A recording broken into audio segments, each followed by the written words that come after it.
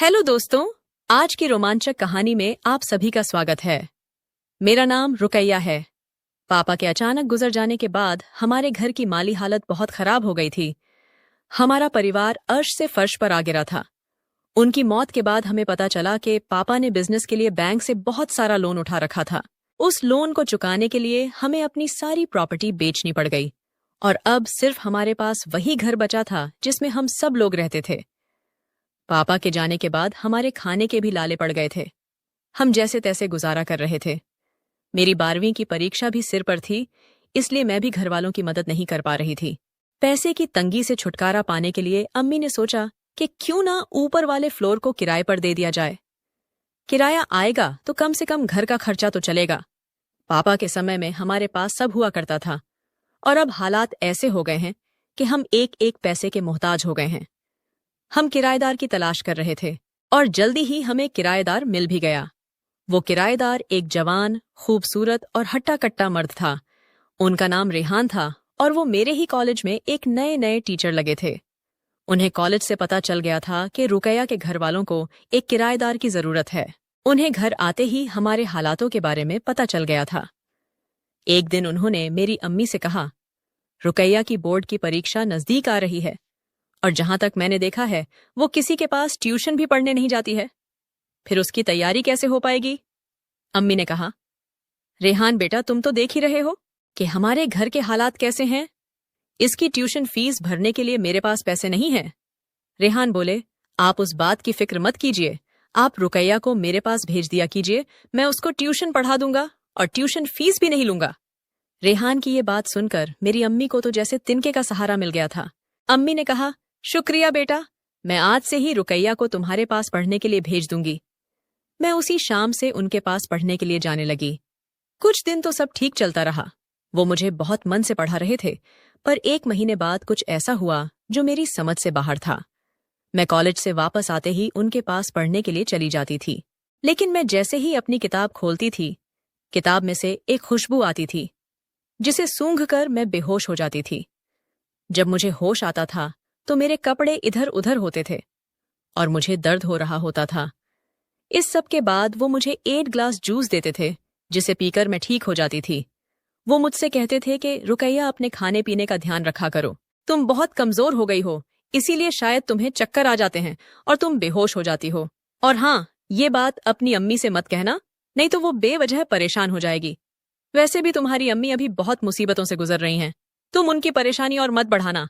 मैं तुम्हें रोज 1 glass juice बनाकर दे दिया करूंगा, जिससे तुम जल्दी ठीक हो जाओगी और तुम्हारी कमजोरी भी दूर हो जाएगी। काफी दिनों तक तो ऐसे ही चलता रहा।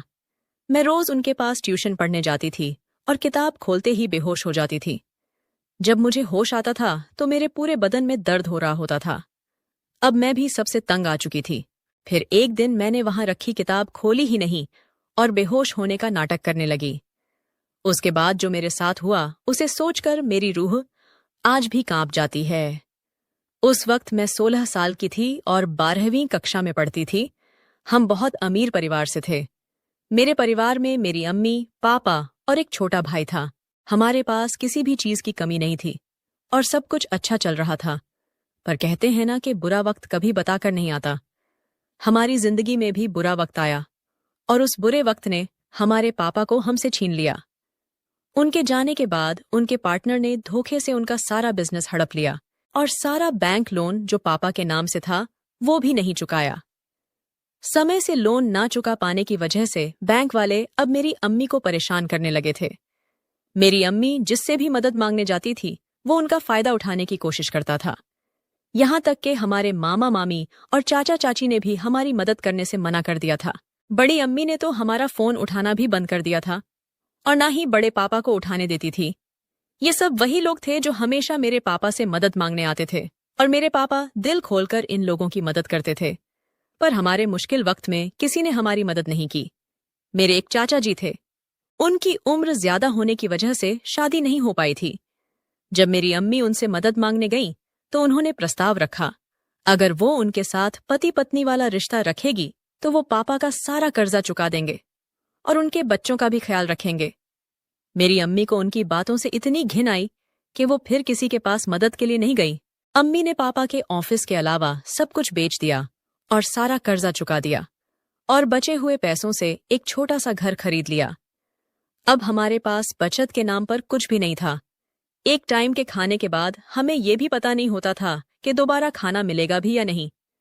मेरा छोटा भाई बहुत छोटा था। जब वो दूध के लिए रोता था तो मेरी अम्मी उसे पानी में चावल का आटा घोलकर पिला देती थी। हमारे बहुत ही बुरे दिन आ गए थे। जब अम्मी को लगा कि ऐसे गुजारा नहीं हो पाएगा तो उन्होंने कोई काम धंधा करने की सोची। बहुत हाथ पैर मारने के बाद उनको एक अस्पताल में रिसेप्शनिस्ट की जॉब मिल गई थी, पर उनकी सैलरी इतनी नहीं थी कि हमारे सारे खर्चे निकल सकें। अम्मी जैसे तैसे मेरे स्कूल की फीस तो भर देती थीं, पर ट्यूशन की फीस ना भर पाने की वजह से ट्यूशन टीचर ने मुझे क्लास में आने से रोक दिया था। एक दिन मेरी एक पड़ोसन ने मेरी अम्मी को सलाह दी कि क्यों ना आप अपने घर का ऊपर वाला फ्लोर किराए पर उठा दो, इससे आपको 4 पैसे भी मिल जाएंगे। मेरी अम्मी को उनकी ये बात अच्छी लगी और उन्होंने घर के बाहर किराए का बोर्ड टांग दिया। उसी दौरान मेरी मुलाकात मेरे एक सीनियर आमिर से हुई। क्योंकि मेरा ट्यूशन जाना बंद हो गया था तो मेरी मैम ने ही कहा था कि जब तक तुम दोबारा ट्यूशन शुरू नहीं करती तब तक आमिर से ही प्रॉब्लम पूछ लिया करो। ऐसे ही हमारी बात शुरू हुई थी और फिर हम अच्छे दोस्त बन गए। कुछ दिनों बाद हमारी क्लास टीचर अर्चना मैम अपनी मैटरनिटी लीव पर चली गईं और उनकी जगह पर एक नए क्लास टीचर आए। उनका नाम रेहान था। जब मैं पहली बार उनसे मिली थी तो मुझे उनका स्वभाव बहुत अच्छा लगा था। वो इतने खुशमिजाज थे कि कोई भी उन पर आसानी से भरोसा कर सकता था। एक बार उन्होंने हमारी क्लास में कहा था कि वो इस शहर में नए आए हैं और उन्हें घर ढूंढने में बहुत ही परेशानी हो रही है। उनकी ये बात सुनकर मुझे याद आया कि हमारे घर में भी एक किराएदार की जरूरत है। क्यों ना मैं अपने टीचर को ही अपने घर का किराएदार बना लूं। यही सोचकर मैंने उन्हें अपने घर का पता दे दिया और शाम को घर आने के लिए बोला। जब ये बात आमिर को पता चली तो उसने ऐतराज जताते हुए कहा कि रुकैया, तुम और तुम्हारी अम्मी घर में अकेले रहते हो। तुम जवान हो और तुम्हारी अम्मी भी ज्यादा बूढ़ी नहीं हुई हैं। ऐसे में तुम लोग एक जवान लड़के को अपने घर में किराएदार कैसे रख सकते हो, और वो भी तब जब तुम उस लड़के को बिल्कुल नहीं जानती हो। जब तक आमिर की बात मुझे समझ आई तब तक बहुत देर हो चुकी थी और रेहान सर हमारे घर आ चुके थे। मेरी अम्मी को रेहान सर का स्वभाव बहुत पसंद आया था। वो कभी ज्यादा बात नहीं करते थे, बस सीधे स्कूल जाते थे और वापस अपने कमरे में आ जाते थे। कुछ ही दिनों में उन्होंने अपनी बहुत अच्छी इमेज बना ली थी।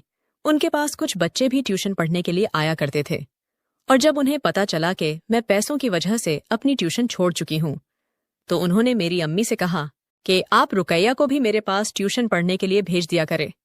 मैं उससे पैसे नहीं लूंगा, पर हाँ, सबके बाद भेजिएगा क्योंकि जो बच्चे आते हैं वो 10वीं के बच्चे हैं और रुकैया को 12वीं के लिए ट्यूशन देनी होगी। आमिर को ये बात भी खटकी थी।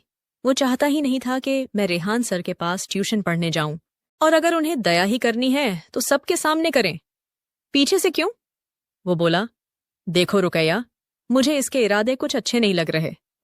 कल ही मैंने इसे कुछ आदमियों के साथ देखा था जो दिखने में गुंडे जैसे लग रहे थे। उन लोगों के साथ एक लड़की भी थी जो गाड़ी की पिछली सीट पर सो रही थी। उस वक्त मैंने ध्यान नहीं दिया, पर अब मुझे लगता है कि शायद वो लड़की बेहोश थी। मैंने आमिर से कहा, तुम कुछ ज्यादा ही सोच रहे हो। ऐसा भी तो हो सकता है कि वो लोग सर के मिलने वाले हो और जो लड़की गाड़ी में सो रही हो वो बीमार हो। आमिर अपनी जिद पर अड़ चुका था। वो बोला, तुम मानो या ना मानो, मैं इस आदमी के बारे में सब कुछ पता लगा कर रहूंगा। और फिर हम दोनों अपने अपने घर चले आए। कुछ वक्त तक सब सही चलता रहा। आमिर ने भी रेहान सर के बारे में बात करना बंद कर दिया था, पर मैं कुछ दिनों से महसूस कर रही थी कि हफ्ते में 1-2 बार जब मैं ऊपर जाती थी तो सर मुझे एक किताब खोलकर पढ़ने के लिए देते थे। उस किताब को खोलने के बाद मेरी आंखों के सामने अंधेरा हो जाता था और मुझे बहुत देर बाद होश आता था। जब मुझे होश आता था तो मेरे सारे कपड़े इधर उधर होते थे और मेरे शरीर में एक अजीब किस्म का दर्द मालूम होता था।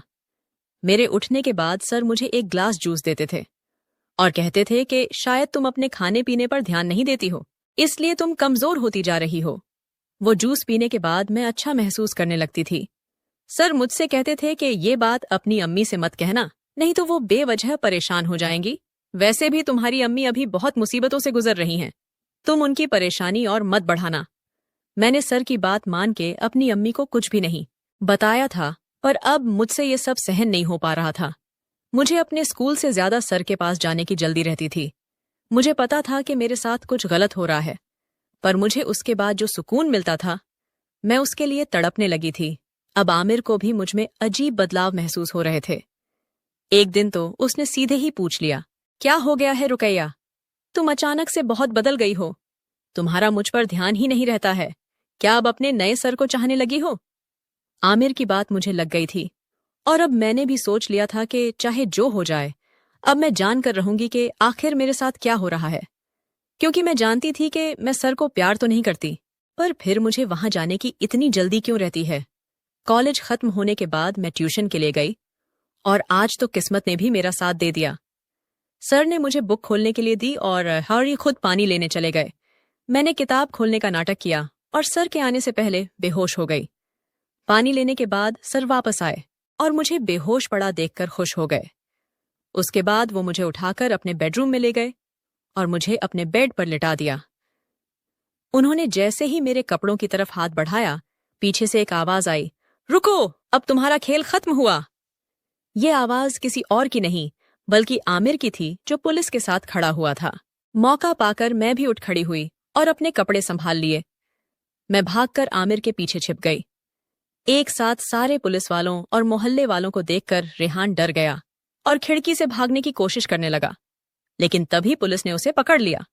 बाद में पुलिस वालों ने हमें बताया कि ये कोई रेहान नहीं है, बल्कि मुंबई का मशहूर जॉन है, जो बी ग्रेड की फिल्में बनाता है और लड़कियों की तस्करी करता है।